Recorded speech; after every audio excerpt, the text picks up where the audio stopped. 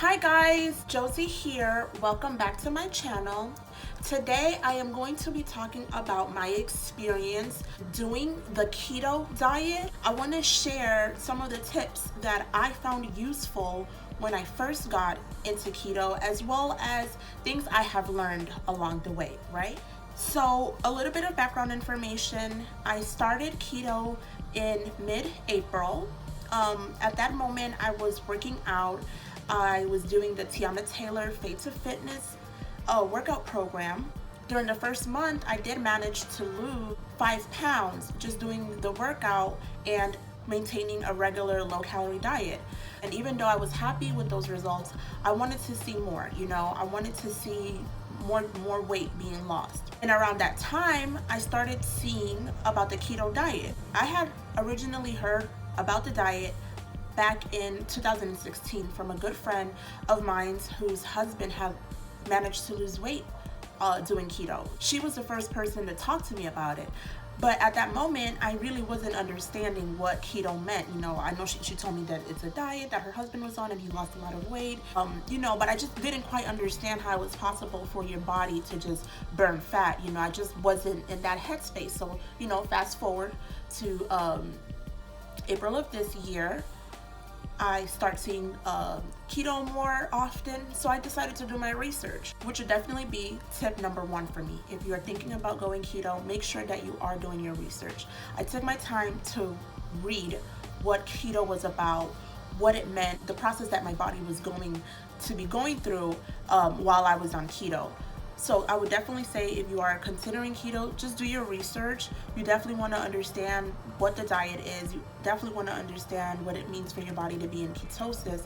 And you definitely want to look into how many grams of carbs you're going to allow yourself to have. After I learned those things, I decided that I was ready to start the diet.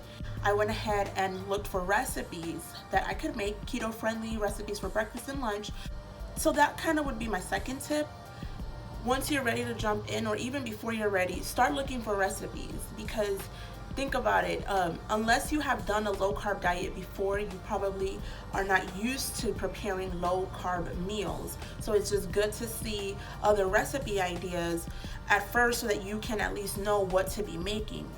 Eventually with time, I was able to just create my own meal ideas without having to look through recipes. But I would definitely suggest find a few recipes, and once you do, go out to the store, which is what I did.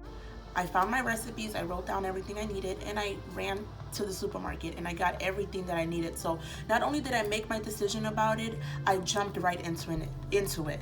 Like the same day I did my research and said that I was going to start keto, that was the same day I found my recipes and I made sure to go to the store and get it, okay? So that's how I pretty much started. I did follow a lot of keto channels as well to get other meal ideas, get motivation, because unless you've done this kind of diet before or any kind of strict diet, it's going to be hard to transition from from the food that you're used to eating, especially considering that you're cutting out all sugar, okay?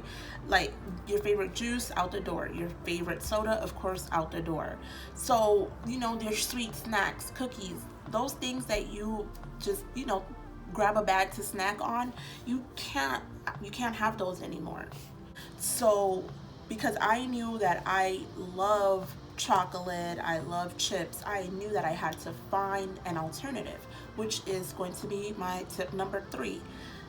Really think about those things that are usually higher in carbs that you can't resist. Start thinking about those things and try to start finding alternatives for them.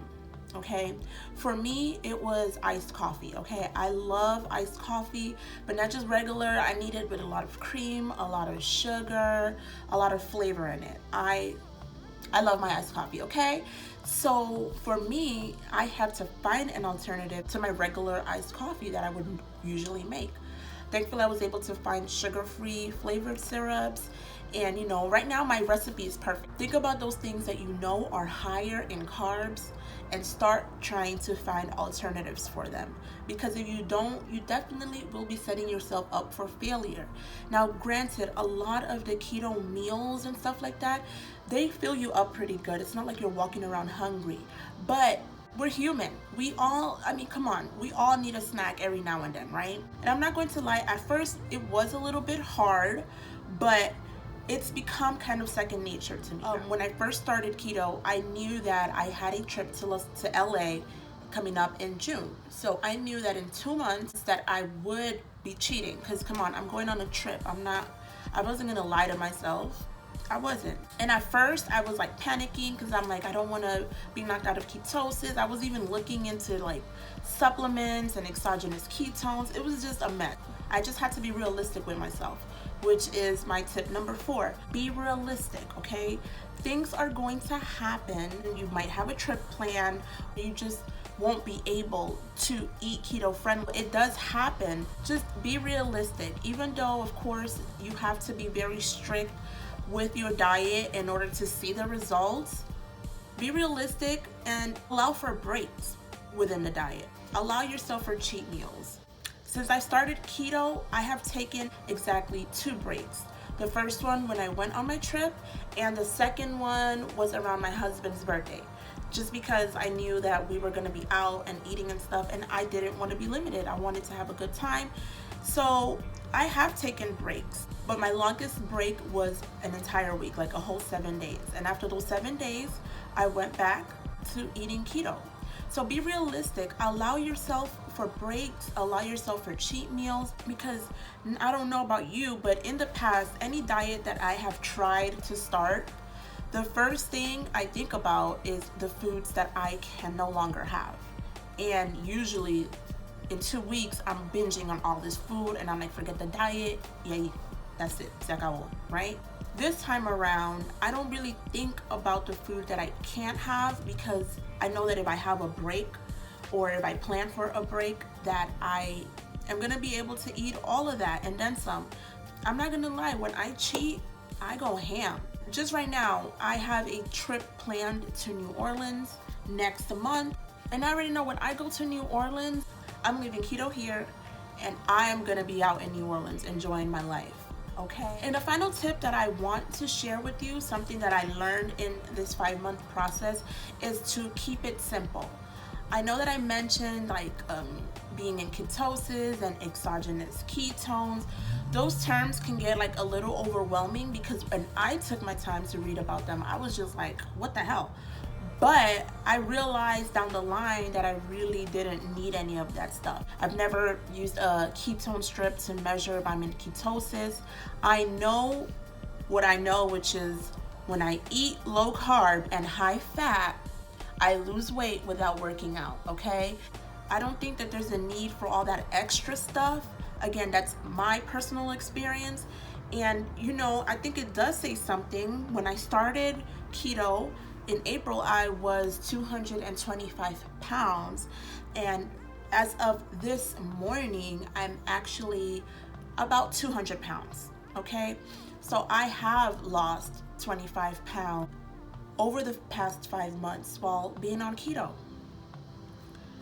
So I must be doing something right. So yes, guys, that's my experience with keto and some of the tips, you know, things I've learned along the way that I wanted to share with you guys. I do plan on continuing this diet, you know. Like I said, I have lost 25 pounds. I'm actually trying to lose 15 more, and I've even joined the gym. So I'm very excited to continue keto and start working out again, just to see the results. So yes, guys, that's my experience with keto, the tips that I've gathered from my experience.